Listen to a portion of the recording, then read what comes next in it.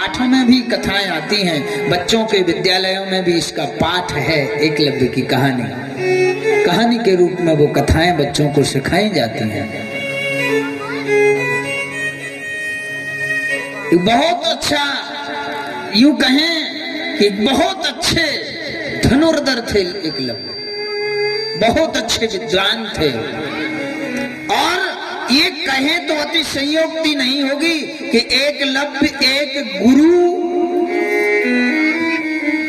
भक्ति में रमा हुआ एक इतना सुंदर शिष्टाचारी बालक था जिसे अपने गुरु पर अनन्य भक्ति थी, अपने गुरु के लिए मर मिटने के लिए पीछे नहीं हटता था। गुरु को इतना प्रेम देने वाला एक भक्त हुआ जिसका नाम एकलव्य है। मानसकार कहते हैं कि वह इतना सुंदर चरित्र वाला था, पर यह था कौन, किसका पुत्र था?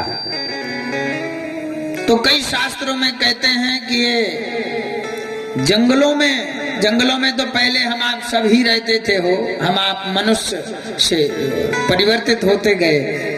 पहले जंगलों में ही रहते थे, कम जनसंख्या होने सब जंगल में रहते थे, लेकिन कुछ आज भी रहते हैं। ये एकलव्य निषाद राजवंश में हिरण्यु धनु नाम के इनके पिता थे और ये दक्षिण भारत में के किसी भाग में रहा करते थे। बोलो सीताराम। और इन भक्त ने किया क्या, इनके पिता ने जो नाम गौरव नहीं कमा पाया जो एकलव्य ने कमाया। कमाया कैसे? एकलव्य की धनुर्विद्या सीखने की इच्छा हुई कि हम धनुर्विद्या में पारंगत हो जाएं। माता पिता ने तो जितना था शिक्षा अपने घर में ही दी, लेकिन बेटा की ज्यादा शिक्षा ग्रहण करने की इच्छा थी। एकलव्य ने सुना उस समय की बात है, आज की नहीं। ध्यान देना, कथाओं में मोड़ आती है, कथाओं को दिल में, अभी हमने पहले कह दिया था कि कथा, एक वो पिताजी आए थे तो बोले हम तो कार्बन है, हमारा बेटा कोरो कागज है। तो कोरे कागज ने लेके बोरी चावलन की गैया को खिला दे। शुरू में बैठते ही हमने कहा था। तो कथाओं पे हमें ध्यान कहाँ देना है? समय, कौन समय कब है, आज का समय क्या कह रहा है, आज का समय और वो समय कौन था। एकलव्य की इच्छा हुई कि हम धनुर्विद्या सीखें। तो महाराज एकलव्य ने यदुवंशियों के गुरु द्रोणाचार्य के पास में गए। बोलो सीताराम। द्रोणाचार्य जी उस समय सबसे अच्छे धनुर्विद्या में पारंगत थे, गुरु द्रोणाचार्य। तो एकलव्य ने जाकर के अपने पास में ही पांडवों के गुरु भीम, नकुल, सहदेव, अर्जुन, दुर्योधन, दुशासन, बड़े बड़े जो बालक थे छोटे छोटे, और ये विद्या अध्ययन कर रहे थे अपने गुरु द्रोणाचार्य से। एकलव्य इधर से गए, सामले से बड़े सुंदर छोटा सा स्वरूप है, गुरु द्रोणाचार्य के पास बैठ गए, प्रणाम किया चरणों में लेट करके। गुरु द्रोणाचार्य ने देखा शिष्टाचारी बालक है, पास में बैठा लिया। आओ बेटा आओ, कहां से आए हो, क्या परिचय है, सारा परिचय दे दिया। तो महाराज जैसे ही द्रोणाचार्य ने एकलव्य को अपने पास उस नन्हे से बालक को बैठाया, ऐसा दुनिया का कोई भी गुरु नहीं है जो ऐसे सुंदर बालक, जैसे जहां तक एक अच्छे शिष्य को अच्छे गुरु की जरूरत होती है, ऐसे अच्छे गुरु को भी अच्छे चेला की जरूरत होती है। बोलो सीताराम। जो उस पर भरपूर विश्वास करे।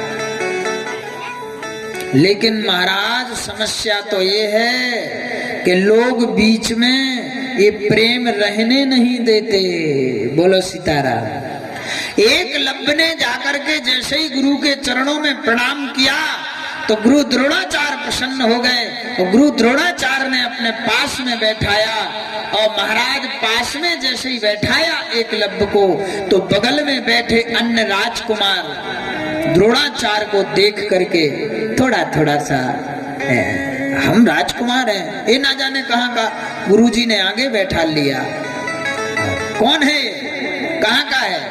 बोले जंगल में रहते हैं ये और आए हैं धनुर्विद्या सीखने के लिए, इन्हें रहने दो।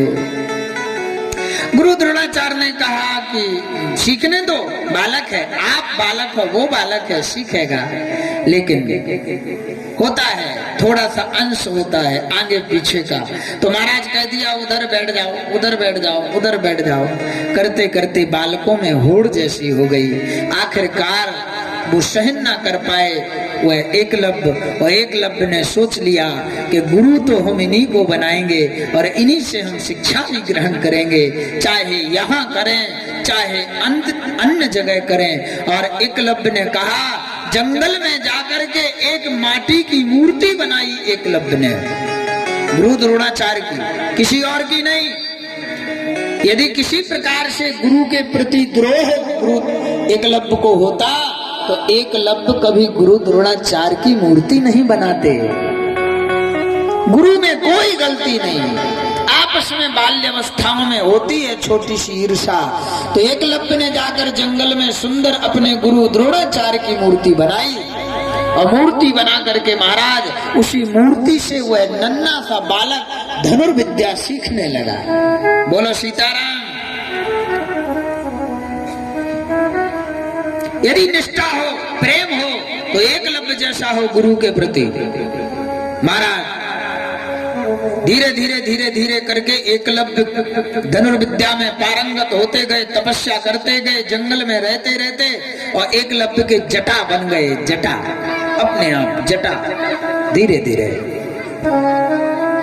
लोगों ने पहचानना बंद कर दिया एकलव्य को। एकलव्य धीरे धीरे इतना विशाल धनुर विद्या में पारंगत हो गए कि महाराज उन्हें हराना अर्जुन के लिए भी मुश्किल हो गया। बोलो सीताराम। पांचों पांडव भी एकलव्य के सामने कुछ नहीं, दुर्योधन की तो कहे कौन। एकलव्य महान धनुर्धर बन गए।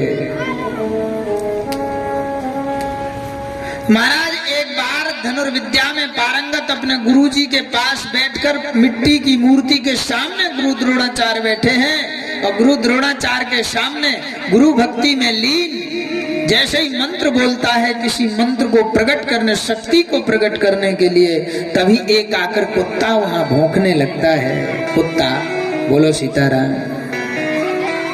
यही तो बाधाएं हैं जीवन की, कहीं ना कहीं से। एक कुत्ता आता है, बीच में भौंकता है। एकलव्य को लगा के अरे वाह, हमारी ये मंत्रों के बीच में एक कुत्ता भौंकता है और ये बड़ा शोर कर रहा है। एक बार कुछ नहीं कहा एकलव्य ने, दो बार कुछ नहीं कहा, बार बार भगाए एकलव्य, लेकिन फिर से वो कुत्ता आ जाए। बोलो सीताराम। और जैसे ही बार बार वो कुत्ता आता है, एकलव्य की भक्ति को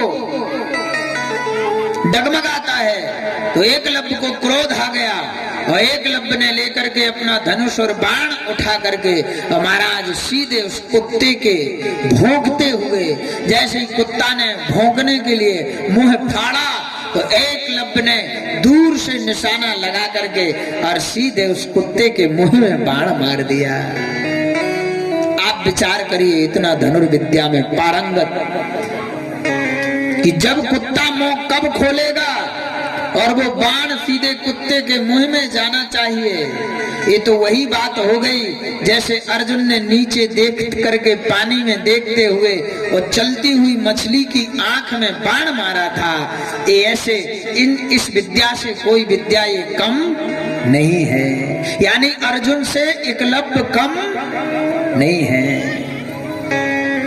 एक गुरु के सामने बैठ करके विद्या अध्ययन कर रहे हैं अर्जुन पांडव, और एक मिट्टी की प्रतिमा, मिट्टी की मूर्ति बना करके अपना गुरु मान करके उस गुरु से विद्या अध्ययन कर रहे हैं। विद्याएं दोनों बराबर चल रही हैं। बोलो सीताराम।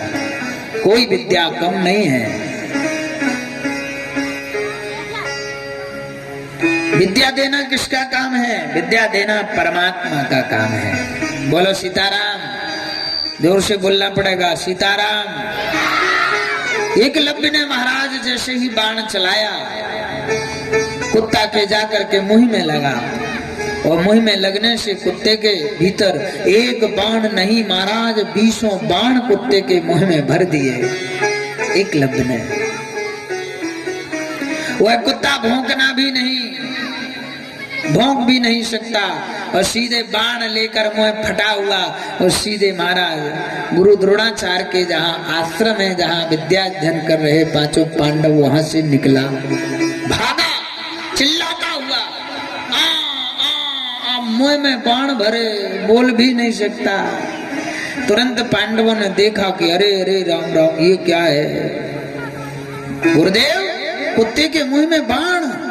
तुरंत गुरु द्रोणाचार्य ने कहा, उस कुत्ते को बाप पास में बुलाया, उस कुत्ते को कहा कि कुत्ता कहाँ से आया है, इसको पता करो, किसने ये बाण चलाए हैं। कुत्ते को महाराज ले जाया गया, उसके बाण निकाले गए, कुत्ते को ले जाया गया। वह कुत्ता वहीं चला गया जहां एकलव्य मिट्टी की मूर्ति गुरु की बना करके और शिक्षा ग्रहण कर रहे थे। अर्जुन पांडवों ने इत्यादि गुरु द्रोणाचार्य ने देखा, आंखों से आंसू आ गए गुरु द्रोणाचार्य के। ये तो वही है जो एक समय मेरे पास शिक्षा ग्रहण करने के लिए आया था। गुरु द्रोणाचार्य ने जैसे ही आगे बढ़ करके उस एकलव्य को गले लगाना चाहा, उठाना चाहा, गुरु की निष्ठा, गुरु का प्रेम देख करके ये गुरु द्रोणाचार्य ने जैसे एकलव्य की तरफ बढ़े, तो एकलव्य के ये शिष्य के प्रति प्रेम देख करके दुर्योधन तो थोड़ा सा था ही, दुर्योधन तो थोड़ा छोटे से ही मूढ़ी था, मूढ़ी जिसे कहते हैं। बोले वाह, गुरु द्रोणाचार्य हमारा खाते हैं, हमारे राज्य में रहते हैं, हम लोगों को पढ़ाने का बीरा लिए हैं, और ये तो किसी भी ना अता ना पता ना कहाँ का है, कौन है, मिट्टी की मूर्ति बना करके पूजा कर रहा है, तो वह शिष्य के प्रति वो जाकर के उससे इतना प्रेम, और गुरु हमसे प्रेम नहीं करते, इस प्रकार का थोड़ी सा भाव आया। और ये इतना पारंगत कैसे हो गया, ऐसी बात उसके दिल में जैसे उतरी, गुरु द्रोणाचार्य को तुरंत लौटाया। और पांडवों ने भी उसमें सहमति दी कि गुरुदेव हम आप सेवा करते हैं आपकी, ये हमसे आगे निकल जाए ये हम नहीं चाहते। और ये आज भी ऐसी परंपराएं समाज में हैं कि हम आगे निकल जाएं, हम आगे निकल जाएं।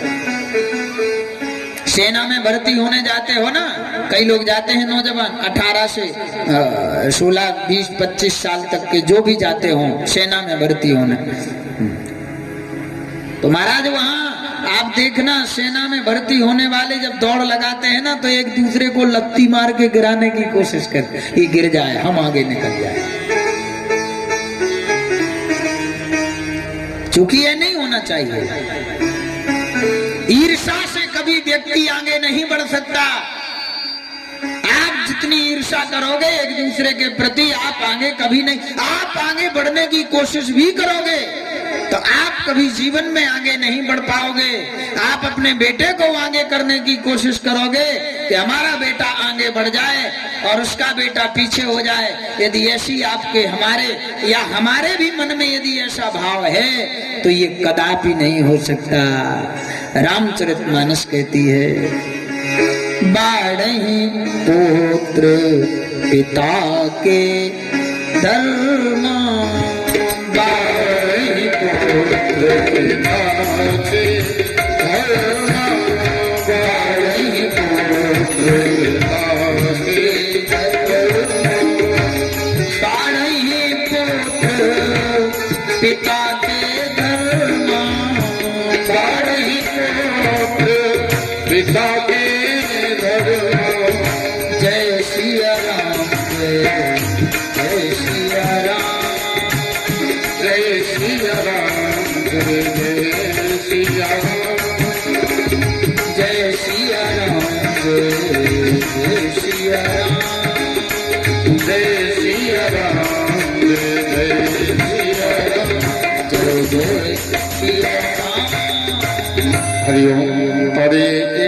रुपए का दान हमारे भैया प्रभु रैकवाल जी की तरफ से आया है। ठाकुर जी सदैव कृपा बनाए रखे। जय श्री राम।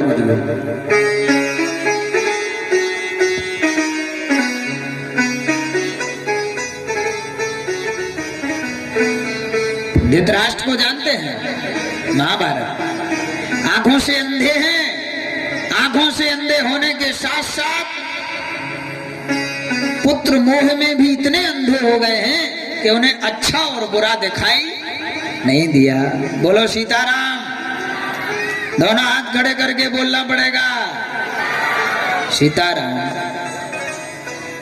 यदि हम अपने बालक को आगे बढ़ता हुआ देखना चाहते हैं तो आप दूसरे के बालक का सहयोग करिए, दूसरे के बालक को शिक्षा दीजिए, दूसरे के बालक को ऐसा ज्ञान दीजिए कि जिससे उसका ज्ञान देख करके तुम्हारा बालक सीख जाए।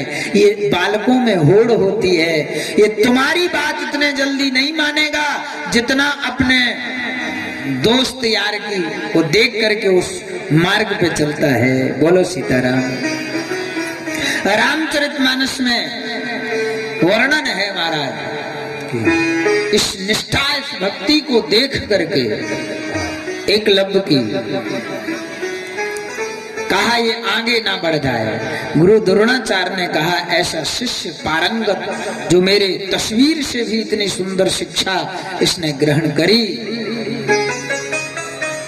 उसके लिए दुर्योधन जैसे इत्यादि बालकों ने लेकर के महाराज गुरु द्रोणाचार्य को प्रेरित किया कि आप जाकर के एकलव्य से जैसे भी हमें आगे करिए। और एकलव्य से अंगूठा मांग लिया और एकलव्य ने एक आवाज में गुरु दक्षिणा में अपना अंगूठा लेकर के दे दिया। लेकिन कथा अभी रुकी नहीं। एकलव्य यहाँ भी कमजोर नहीं है। एकलव्य ने ऐसे ऐसे काम करके दिखाए, ऐसे ऐसे युद्ध जीत कर दिखाए। दाहिना हाथ ही नहीं बायां हाथ भी एकलव्य धनुर्बाण चलाने में पारंगत थे।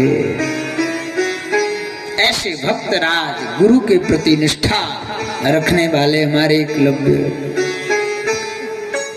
महाराज। सत्संग कथा कहती है कि रामचरितमानस का वह संग है जहां भरद्वाज मुनि प्रयागराज में रहते हैं। और वहां जब माघ का महीना आता है तो माघ के महीने में देश देश के साधु महात्मा गंगा में स्नान करने के लिए जाते हैं। बोलो सीताराम।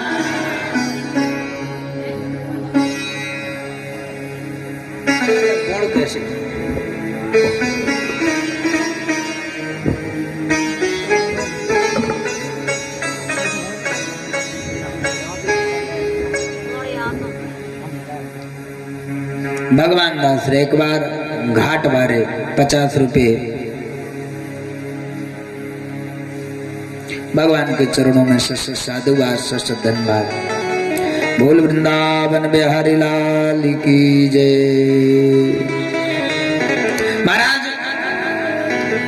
भरद्वाज जी महात्मा जो हैं बड़े भक्त हैं। इनकी महात्माओं के प्रति बड़ी निष्ठा है, बड़ी भक्ति है। ये दोनों जब जब माघ का महीना होता है, मेला लगता है, बड़े बड़े साधु महात्मा वहां आते हैं, तो ये सारे महात्माओं में सबको छोड़ करके भरद्वाज महाराज ने याज्ञवल्क्य जी के चरणों को पकड़ लिया।